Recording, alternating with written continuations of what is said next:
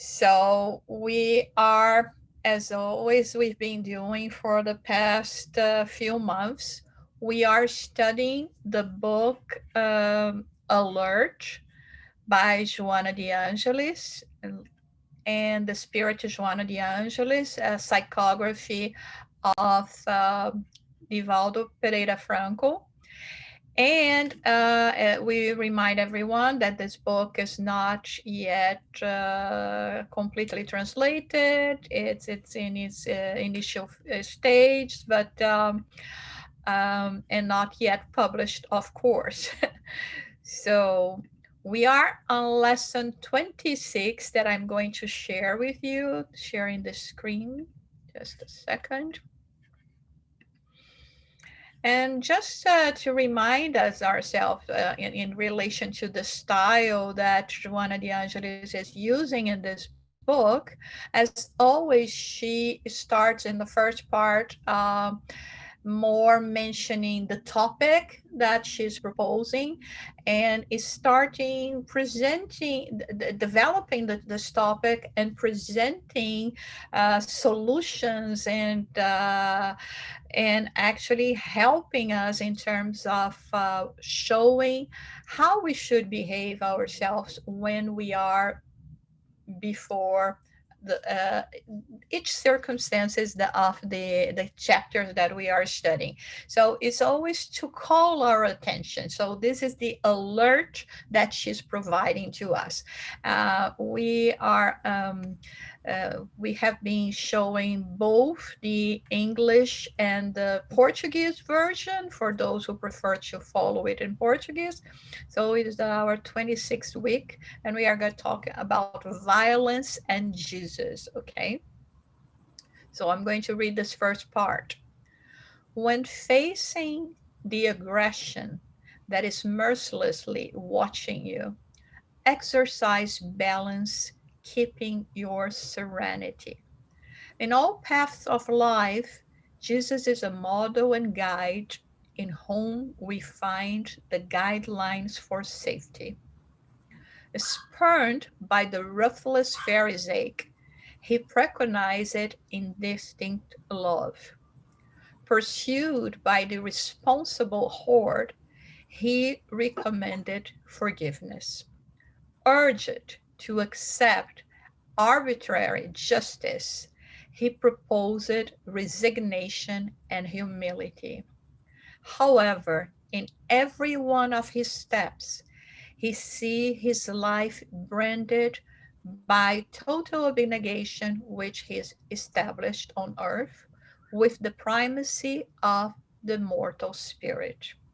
When hunger distressed the multitude, he transformed fish and bread in abundant feast for all.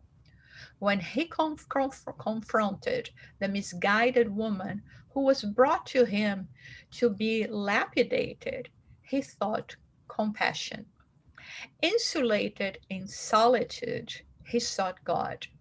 Abandoned by the commensal of his affection, he continued to show fidelity and love.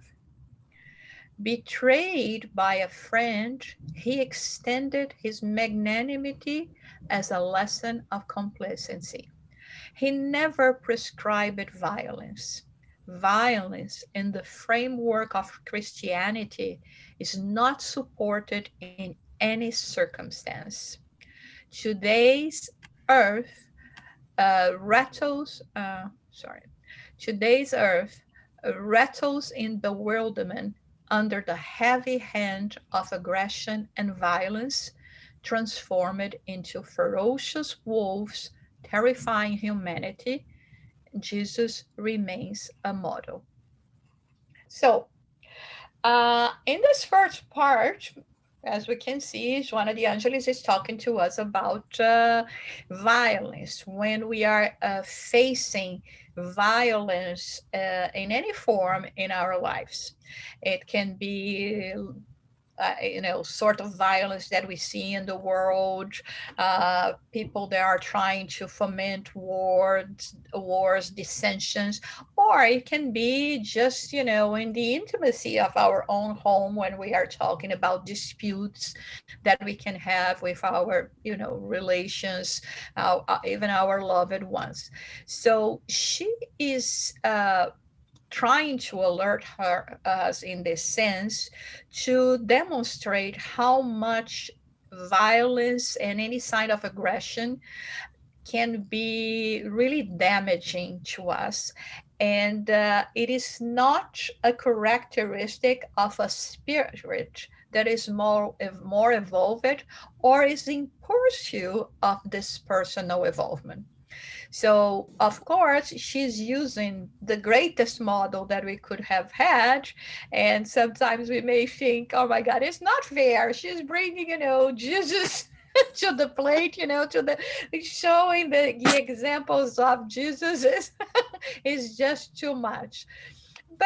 But if in a way we can say, okay, it's going to take more than millennia for me to reach this kind of perfection in terms of spirituality, we cannot overlook the fact that everything that we have about Jesus and all the purpose of Jesus on earth was actually to teach us more through the examples than necessarily through the words.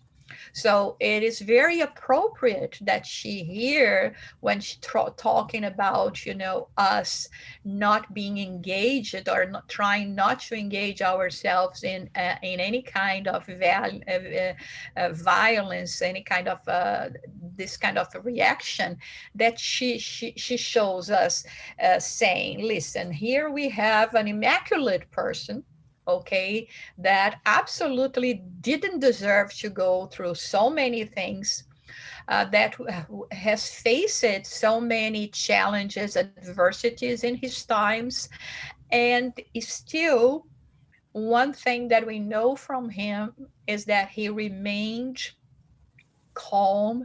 He demonstrated patience. He demonstrated forgiveness, tolerance, and everything. So that's why she's giving us some examples here, how Jesus, and when confronting certain situations, he would do his utmost to try to appease everyone and not to judge. And when he was being in solitude, being betrayed, when he was confronted in terms of what to do with the adulterous woman, all of that, we never see him prescribe it violence. Having said that, I can imagine that in the mind of a few of you, if not all of you, or if not, at least in my mind, we are thinking, what about that famous passage when Jesus apparently got so mad with the vendors at the temple that he threw away everything? Well, there is a lot of controversy whether this really happened or not. And and I mean, we don't know whether this is true or not. There is no way for us to have this validation, but from everything that we can observe in terms of Jesus' behaviors, it doesn't seem quite right to imagine Jesus going there and even, to the point of breaking everything when he was hitting the tables, etc. So it doesn't seem logic that this has happened. Also, we I don't know about yourself, but I had a father, he's passed already, that when he was mad at us, he didn't have to say a word. He had those, piercing eyes that would make us feel very, very bad, right? So, one of the theories that we have about this passage is exactly that Jesus, and I mean, with his energy and all of that, look at them so disappointing about all these financial transactions on behalf of God, on behalf of something that is holy, that his eyes and his energy transmitting this frustration and disappointment somehow, that they felt like, they were really suffering some kind of aggression. We don't know, but in this case, except from this passage that we cannot have any kind of validation, we don't have any other example of Jesus uh, losing his temper, and even inciting any kind of rebellion. On the contrary, here when it says that he was betrayed by a friend, of course they are mentioning here the betrayal of Judas.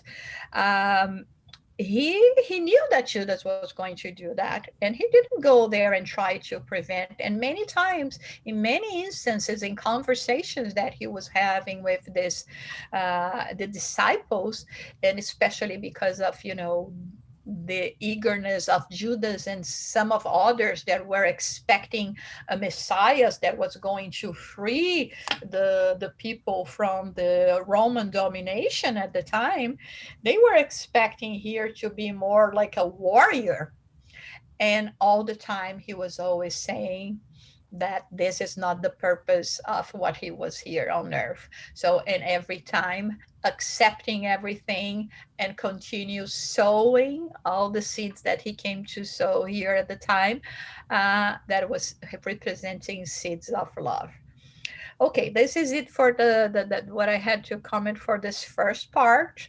I would like to see if you have questions or any comments. I see that Orlando wrote here, the Bible relates evil to the devil, with good is bad. Something went wrong with the creation. Uh, if I'm understanding well what you're saying here, Orlando, we do not believe in the devil in Spiritism. We believe that God has created everyone simple, unenlightened, ignorant of things, and gave us free will. And with free will, each one of us has decided to take a different path. Very much like we see here on Earth. You see a family, let's say a couple that have like 3, 4, 5 children. Each one of them is different. Each one of them will take a different path, and they were raised in the same by the same parents, in the same circumstances, in the same environment, eating the same kind of food, and we see the different inclinations that each one of them may present. So, which is actually the byproduct of their free will. Some of us, may, as immortal spirits, we may delay more in rebelliousness, in wickedness, in things that may characterize us as being an evil person, the personification of the devil himself or itself. Okay, we had figures in our history that we would say, if this is not the devil incarnate, who is, right? So, but as we understand also from Spiritism, even when we choose by ourselves this kind of path where we are going to, to be more prone to violence, to aggressiveness, to rebelliousness of all kinds, we may even delay in this in this path for a while. But the law of the universe, the natural law, is that of progress, and everyone will progress. It is very much like, a child saying to us, you know what? I love being a 5-year-old. I don't want to grow, and I refuse to grow to become a year older. Okay, this is the best time of my life. Is this going to happen? 365 days later, it will be turned 6 and 7 and 8 and 9. So, of course, here we are not talking about a year passing, but we are talking about phases. It will come a point that the phase of, you know, being that much, feeding myself that much from, from all this negative evilness, I will start wondering, and this is when the first seeds occur, and I will track a different path. So, yes, there are people that resemble devil on the spiritual realm, on the physical realm, but they were not created like that, and they will not remain like that, even if it takes another 1,000 years for them to move away from this emotional stage that they insist and continuing with that.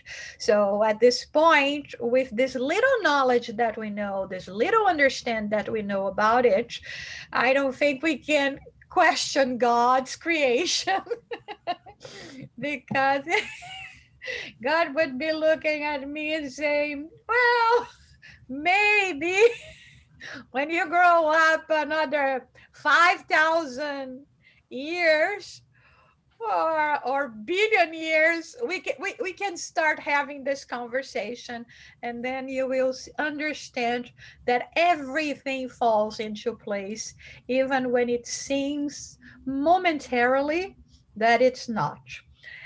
Comments and questions from this first part? Any consideration on your part?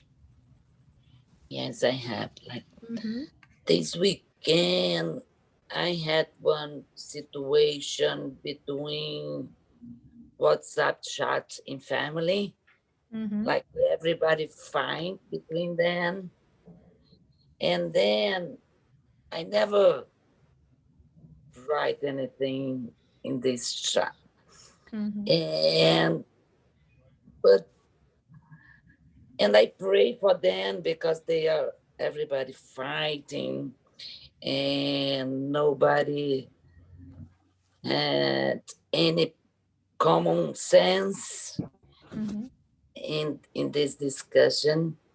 And but after one day, then I feel guilt because I didn't say any word there, because I believe any word I can say there or wrote there, everybody are fight with me, because Mm-hmm. they only want to fight with each other. Then, but I still feel guilt because I didn't mention any good word for them, for the peace, for Jesus' word or things like this.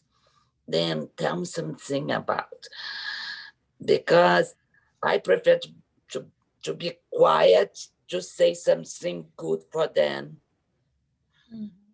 And I don't know, I still feel guilt.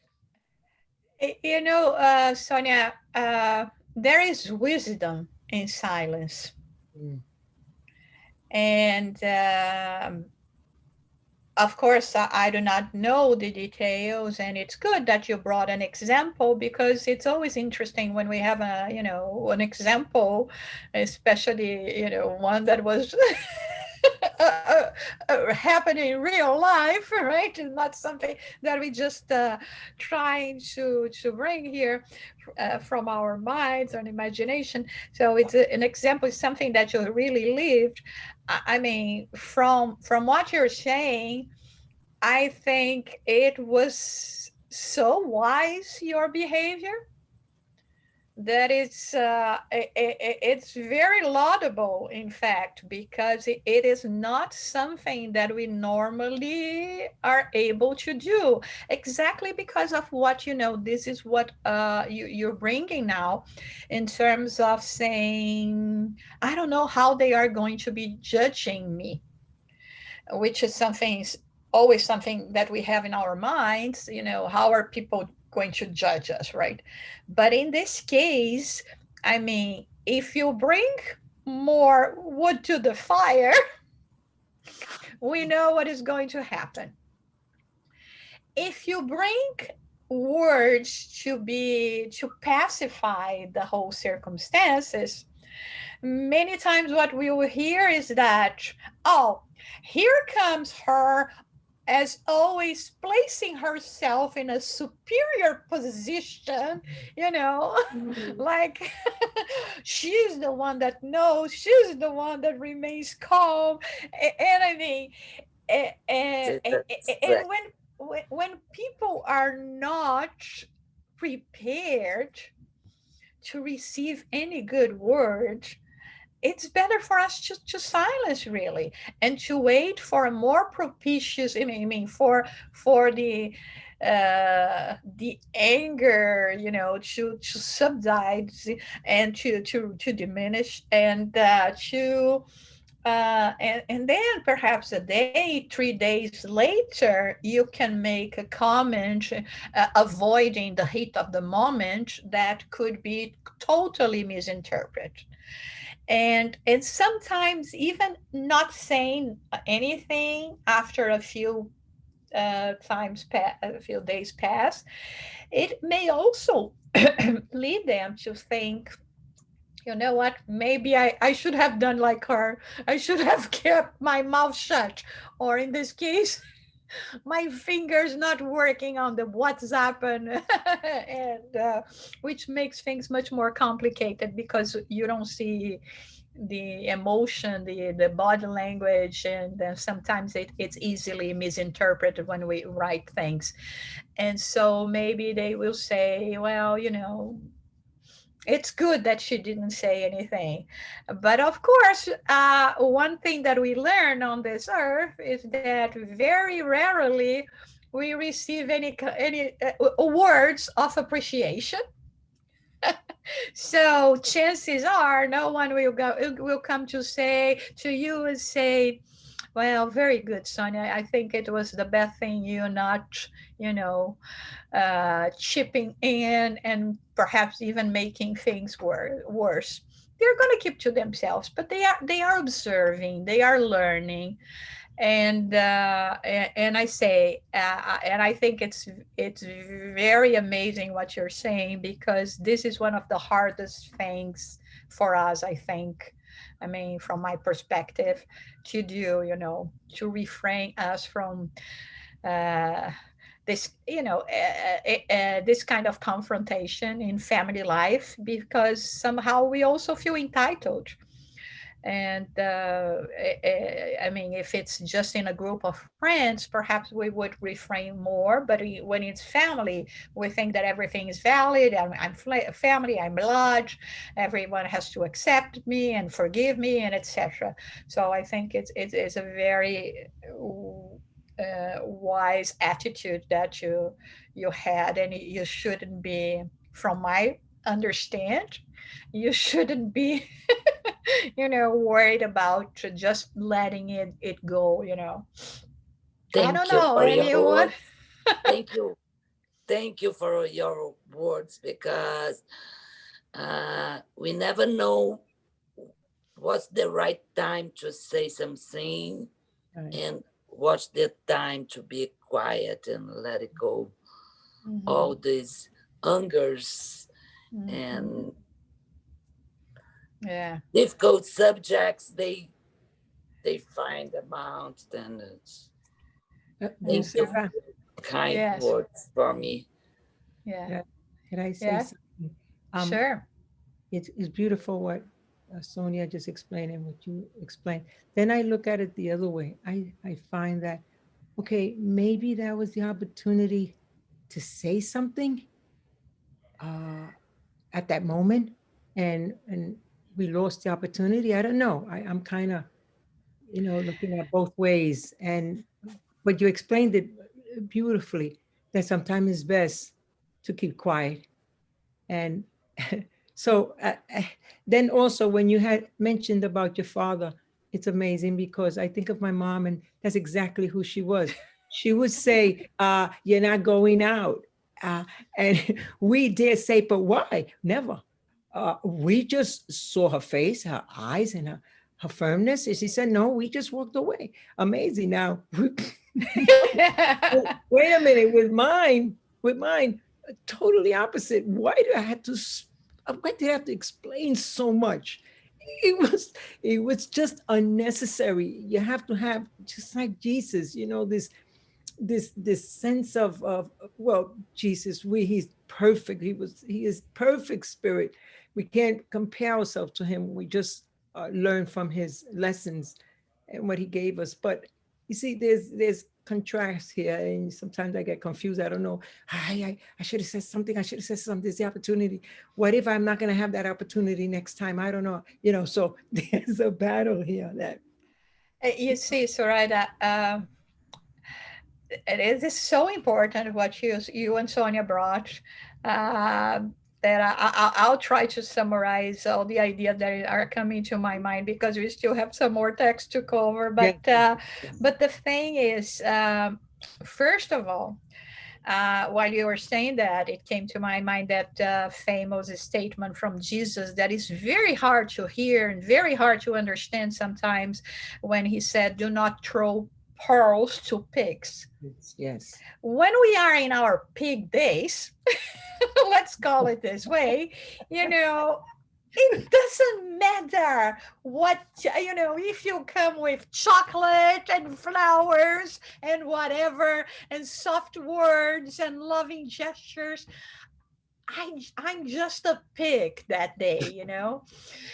And so from, exactly this example that Sonia is giving, okay, the circumstances, it wouldn't bring anything positive for her to just come in there with her, superior spiritual attitude, especially if we're talking about in writing. You see, and again, Soraya, this can be very, very dangerous, Yes. because when the new disciples like ourselves, okay, we are so into it, we want so much to change the world, to bring all this knowledge to people, to our energy and all that, how much we are overtaken by all this knowledge and understanding, and not measuring to whom and what time we are doing that, can only lead us to frustration and to giving up Mm. the path. Because then you will come, and of course, in this circumstance, I cannot say I'm sure 100%, but I would dare to say I'm sure 90% that it wouldn't bring anything positive at that moment. And then she would keep on trying to do those things. It will come to a point that you'll say, you know what? This doesn't change anything. I cannot do anything with that, not even for others. And sometimes, because the life of others also affects my life, not even for myself. And we are going to give up because we think it does not work. Can you imagine in this sense here, the frustration of Jesus if he had some? I mean, here he is with all the possibilities, including, all the healing and etc., the phenomena that he could provoke that would strike the eyes, the magnetic aura of a perfect spirit, Yes. and he couldn't convince others, not even to crucify him. I mean, he didn't even try. You see, this is when he saw, I mean, Mm-hmm. they are going to kill me Anyway, Anyway, and I'm going to pass on history as the one that would be trying there to reason with Herodotus yes. and Pontius Pilate. I mean, and then we would have a totally different written history about the life of Jesus as being the one that would be advocating to be safe, right? So I think we should be very careful and understanding that, like, very much like ourselves today and even more in the past, we all have our time, and there is wisdom in identifying when is the right moment for us to make a difference. Having said that, like you say, what can you do? You don't need to show yourself and say, I'm here to make all this go away or go better. You can just pray. You can just be the one sending, the loving energy for things to become better. Like you say, Josiah, all the time. Less talk and more action. Uh, Yeah, that too, right? Sarah, it's Yes. Marcia wants to say something. Marcia. Okay, Marcia, go ahead, Marcia. Thank you, Orlando. Hi, thank you, Orlando. So the only thing that I wanted to say earlier was there's a difference between aggression and violence and conflict, Mhm. right? And I think societally speaking, it's somehow we don't understand that it's okay to have conflicting views of a problem, having different perspective, and it's okay for us to listen those with love, with compassion, with tolerance, and Jesus is the model. So I think when Joanna talks to us about the material, right, there is no room for violence, there's no room for violence, but there's also room for the individuality that we all bring, including our maturity level as immortal spirits, right? So I think that's what I wanted to say earlier Oh, today. that's wonderful. Yeah. And also to think that, at this point we are talking about violence in so many different forms, right? Mhm. It's not, like you said, just a physical aggression. Mhm. And I mean, I can feel violated by a glance of, Yeah. Yeah. depending on how, there are so many things like that. Okay, let's go read a little more. Do not allow yourself to grapple in the fight of arbitrary justice by your own hands. Every act of violence highlights hostile individuals who extrapolate from their pain and enact unfortunate aggression. Only love in its plenitude and profound peace can constitute effective solutions to minimize the avid force that enslaves the world and expels an adversary in disguise, selfishness. Mhm. No short term measure exists to detain unleashed waves by the lack of vigilance from long ago. The task that is yours to bring to fruition is educating the young generations by example of total human dignity under the blessing of the warlord. So what she's saying here, I mean, nature doesn't go by leaps and bounds, right? And our human nature is the same. Okay, so first, let's try at least not to engage in personal confrontation, in trying to bring justice, because we have to remember that there is justice in the universe and the laws of the universe, and it doesn't need to come through us. uh, Remember also not that many times, is the typical example of the lion that has a thorn in its palm that becomes more aggressive, and in fact it is more aggressive because it is hurting somehow. So aggressive people sometimes is more like a cry for help in terms of how much they are innerly hurt or feeling hurt. And again, it's very important for us to think about it, because according to our point of view, maybe we'll say that is no reason for this person to feel hurt.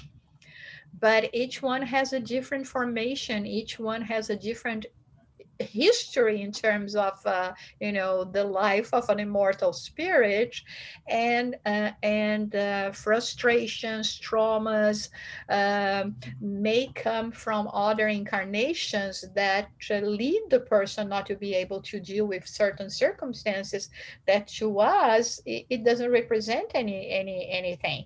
Let's see, there are people that have fear of height. You may not have any. I mean, you may even like to use your spare time to jump from a plane in parachutes. Okay. And then, of course, it's hard for us to understand why someone in the second or third floor look at the window and becomes, so fright. But it's something that it comes from the history of that spirit. So there are those things for us to take into consideration. Nothing is going to be resolved overnight, because many times this is the result of a long and prolonged behaviors that we have been having. But there is only one solution for all that, is to each time more be able to exercise love. And with that, when we are doing that, now she's hinting here, listen, this is not, we are not going to see that in just the change of one generation. It is something that we are going to be sowing now for the next generation, so the next generation can start from that point, and the next and the next and the next, until we will see more changes and transformation. Okay, any comments or questions so far?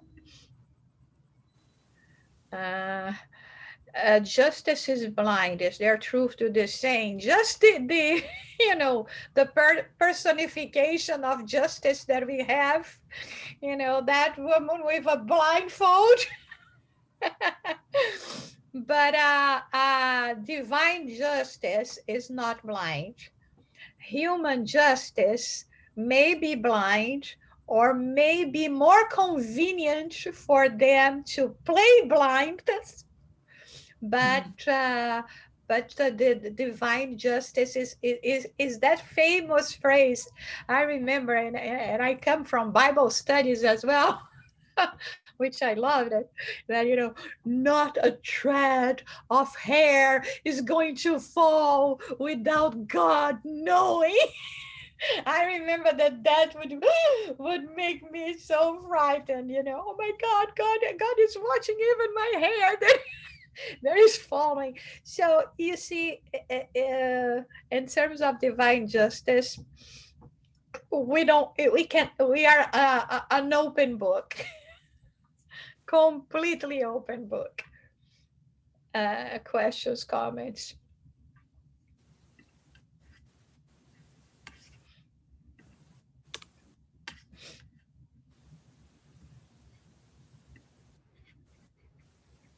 Okay, so I'll read this other part, and then we keep all the reminder time for us to talk more about it. No capital punishment can eradicate the vengeful passion that thrives in humankind.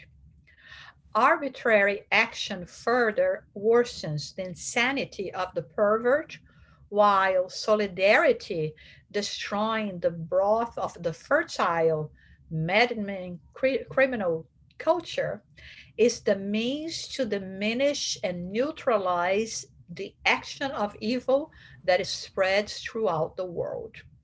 Whoever has Jesus in their heart will not fall in the traps of impiety, since only wolves fall into traps for wolves. Do not allow yourself to be frightened by the wave of despair, or arm yourself with violence to retaliate blow to blow. Christians arm themselves with peace and love to attend the fight that has been unleashed, inciting compassion and forgiveness in any anarchic and disturbing conjuncture of today. Be the one who loves, trusts, and achieves peaceful resistance in order to change the Earth's landscape. Be the one who plants the invincible conqueror of the cross in the human heart. Violence is always without Jesus. Jesus is never in an atmosphere of violence. So here comes the part where Joanna de Angelis says, listen, okay, I know, I understand there is violence in the world, there is criminality in the world, but even certain laws that you are, favoring, in some countries, you favor in terms of thinking that it can be, practice of justice, will not change or diminish that spirit. Of course, from a material perspective, we say, okay, this is a criminal. We submit this criminal to a capital punishment. That's over. We got rid of this criminal forever. Now, understanding that the spirit is immortal and even, to the point of reincarnating, what we lack and what we need is not like what, as you say, arbitrary, as she says, arbitrary actions, but we need solidarity, we need education, we need to somehow uh, work and thrive in this educating the spirit our own, and of course helping others, especially with our examples. And we should never fear, because somehow when we place ourselves, energetically speaking, spiritually speaking, to connect with higher levels of spirituality, we do not become that much vulnerable to attacks. That's why they are saying only wolves fall into traps for wolves. I mean, if we place ourselves in a different way through our behaviors, we will no longer be wolves, and we will no longer fall in those kind of traps. And in this case, she's again bringing the example of Jesus. Jesus never brought us any words to incite any kind of violence. And so, if this is the model and the guide as we should be having, uh, of course, we should pay attention to Jesus' behavior and bring that to our day-to-day lives as well. Let's see here, another question from Orlando.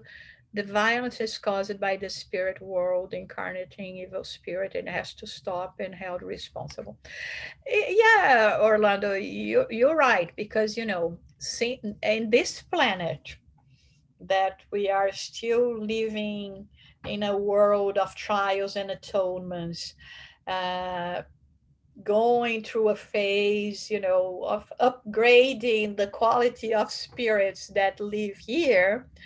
The main characteristics of the spirits that live here, ourselves, is still not that good. We are not that good. We may not be wicked anymore, we may not thrive in the practice of, or in feeling joyful in the practice of evil or anything bad, but it doesn't mean that we are good already.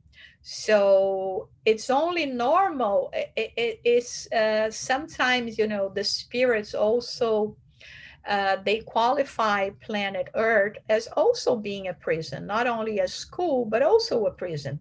What kind of people are we going to find in prison? So here we are, the people that are living in is still a category of world that is somehow compared to a prison. So that's why, from our perspective, and it's understandable all these points that you bring, from our perspective, it's only natural that we say, listen, there is so much bad around. How come we are improving, right? But even the bad have to have chance to improve, and this is what we are doing on this lifetime now. We are receiving a chance to improve.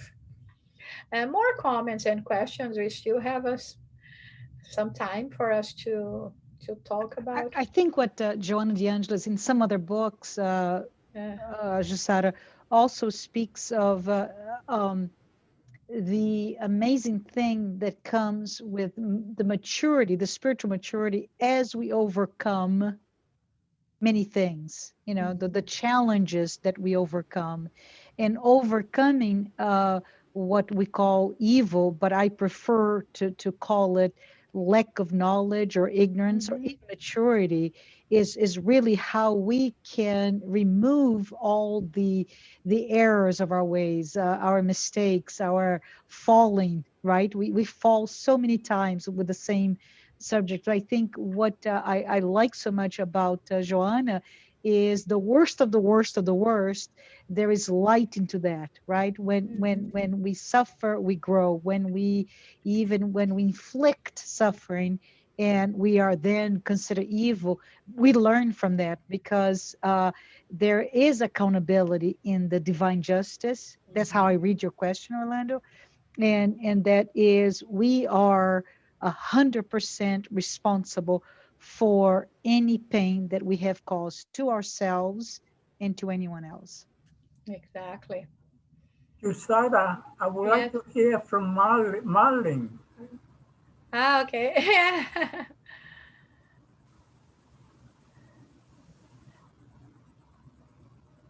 Marlene, don't be shy. I know you can do it. Okay, can you hear me? Yes. All right. Um, yeah, I love all of the lessons that she's teaching us. And I remember my mother always used to tell me that we, people, we create our own heaven and hell on earth. And I do believe that's true. And just listening to today's message, I believe it even more. We're responsible for our own happiness, for our own misery, because we have free will, we have a brain, we think. You can make life what you want it to be, good, suffering, happy, whatever. Yes, that's true. Absolutely true. Thank you so much. And we have the special participant today. We have Marlene Sparrett that is Yes, also learning about spirituality today, right, Marlene? yes. And what's interesting about him, Yeah. uh, he was a rescue bird. And Oh, wow. he was mistreated badly, and I've had him Uh-huh. for about 15 years now, and he's come a long way. So there's Wow. all of us. Yeah. That's wonderful. That's wonderful. Okay. Any more comments or questions about today's topic? So the exercise for the week is the Yes. water of peace of Chico Xavier. For those, perhaps Marlene has not heard about it as well.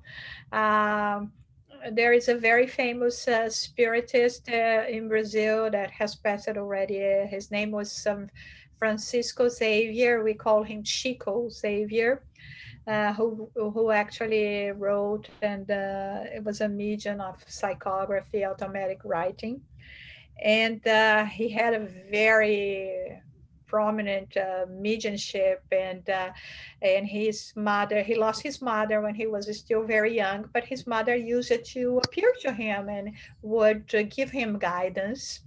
And he was going through a phase of life that was kind of hard, suffering this kind of aggressions that the Spirit Joanna de Angelis is talking to us right now. And of course, human nature response, or eagerness to respond, it can be also in the form of aggression.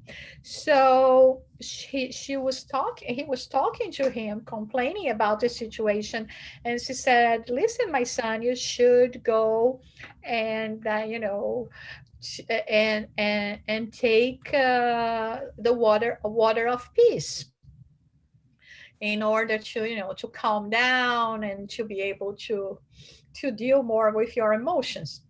Since at that point we are talking in the 40s, perhaps something like that. He was already an advocate or followed, the local pharmacy, homeopathy, something like that.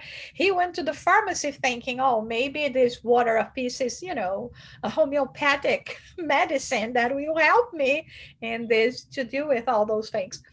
And he went there, couldn't find it, and he was very disappointed. And then next time his mother showed herself to him, he said, listen, mom, I went to the pharmacy looking for this water of peace that you prescribed to me, but they don't have any. And she said, oh, silly boy. Of course I'm telling the story with my creativeness. And then she said, what I'm talking about is every time that you feel yourself, you feel the urge to reply to this kind of aggressiveness, you take a sip of water and don't swallow it. Keep it there until the will to reply passes by. So that's the water of peace. So that's the exercise for the week. Okay, if we could do it without the water of peace, even better. If we can't, just take a sip and keep our mouth shut, right? And our fingers on the gloves, right? That we cannot type or something. um, and that's it, okay? Anything else? Any final comments on your part? So next week we continue lesson 27. Not all are consoled. That we are going to be, Joanna de Angelis is going to be mentioned about one of the Beatitudes and making her comments, okay? Giussara, I just want to say quick